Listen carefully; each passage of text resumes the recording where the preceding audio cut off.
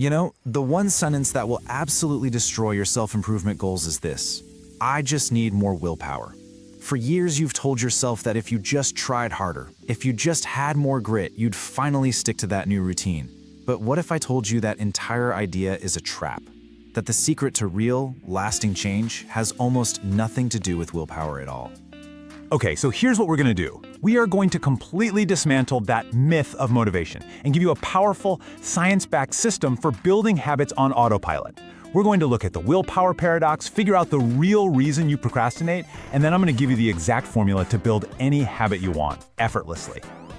All right, let's dive right in with a pretty counterintuitive idea. The best way to change is to remove willpower from the equation entirely.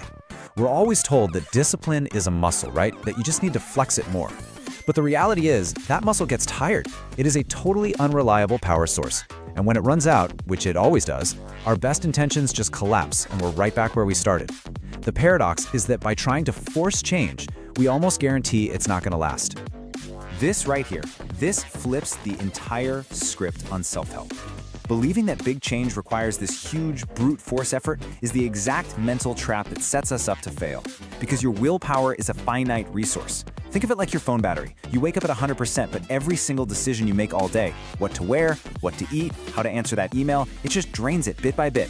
The real path to change isn't about fighting harder, it's about designing smarter. So, if willpower is out, then what's in?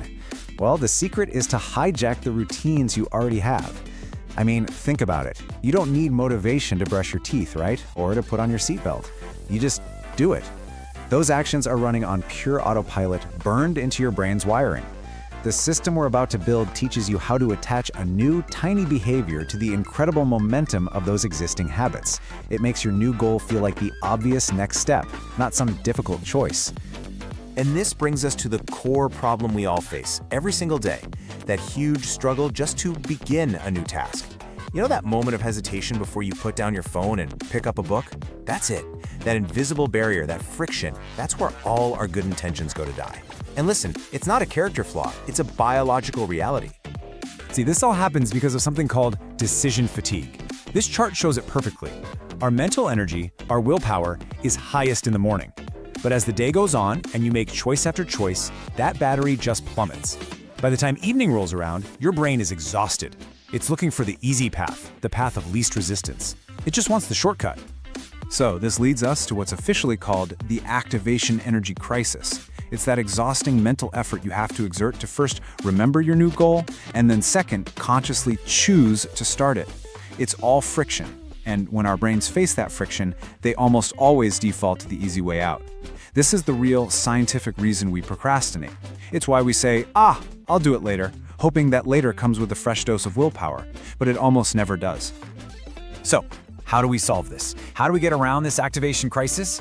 Well, we need a smarter solution, something that bypasses our tired, decision-making brain completely. We need a system that creates an automatic, unbreakable link between what we already do and what we want to do. We basically need to build a bridge from the old habit to the new one.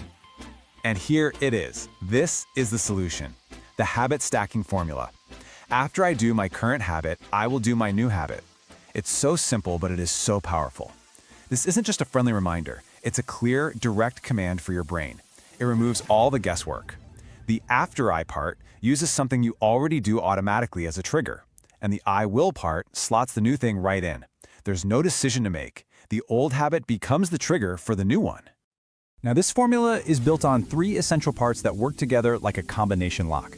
First, you've got to identify your anchor habit. This is something rock solid you do every day without even thinking, like pouring your morning coffee.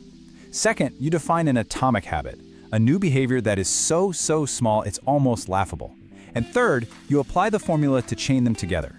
Get these 3 things right and the whole system just runs on autopilot. Okay, let's make this real. Let's say you want to exercise more. Just saying I'll work out today is way too vague. It's a recipe for failure. Instead, you build a stack like this.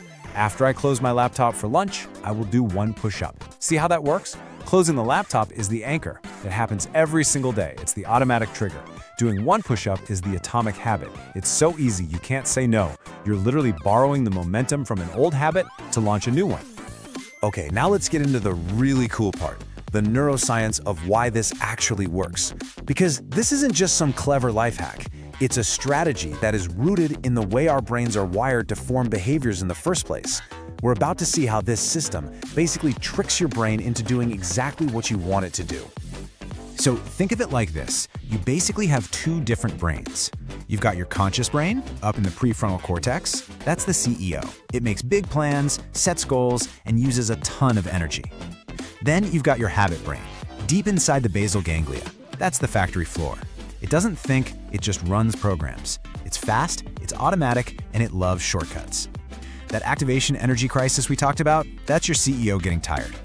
Habit stacking is a way to bypass the CEO and send instructions straight to the factory floor. What the formula does is it hijacks the brain's natural habit-forming process, which is called the habit loop. The anchor habit, like pouring your coffee, acts as the cue. The new tiny atomic habit, reading one page, becomes the routine. And that little feeling of success you get after doing it, that's the reward, a little hit of a chemical called dopamine. You're basically creating a brand new positive feedback loop by piggybacking on an old one. Now, here's what's crucial. As you repeat this loop over and over, your brain starts to anticipate that dopamine reward. Soon, the end of your anchor habit will actually start to trigger a craving for the new habit. Your brain will start to want to do that one push-up after you close your laptop because it knows that little jolt of satisfaction is coming. The new behavior goes from being a chore to an automatic urge. Okay, so that's the theory and that's the science. It's powerful stuff, for sure. But knowledge without action is pretty useless. So let's turn all of this into a practical, step-by-step plan that you can start using literally the second this is over. This is where we go from understanding to actually doing. All right, here's your action plan. 3 simple steps. Step 1, audit your anchors. I want you to literally list out all the things you do every single day without fail. Waking up, brushing your teeth, making coffee, you name it. Step 2, shrink the behavior. Take the new habit you want and make it ridiculously, comically small. And step 3, stack them together with the formula, and this is key, set up your environment for success. Now step 2, shrinking the behavior. This is where most people get it wrong. We aim way too high. The secret here is what we call the 2-minute rule. You have to reduce your new habit to a version that takes less than 120 seconds. Want to read more? Your new habit is to read 1 page. Want to meditate? Meditate for 1 minute. The goal right now is not results. The goal is to master the art of showing up. Consistency is what forges the new neural pathway. Intensity can come way later. And you can apply this to literally anything. Look at these examples. Want to floss daily? The stack is, after I brush my teeth, I will floss 1 tooth. 1 tooth! You cannot tell me you don't have time for that. Want to exercise more? After I take off my work shoes, I will put on my workout clothes. You don't even have to work out. Just put on the clothes. You're just making the first step of the process the entire habit. It removes all the friction.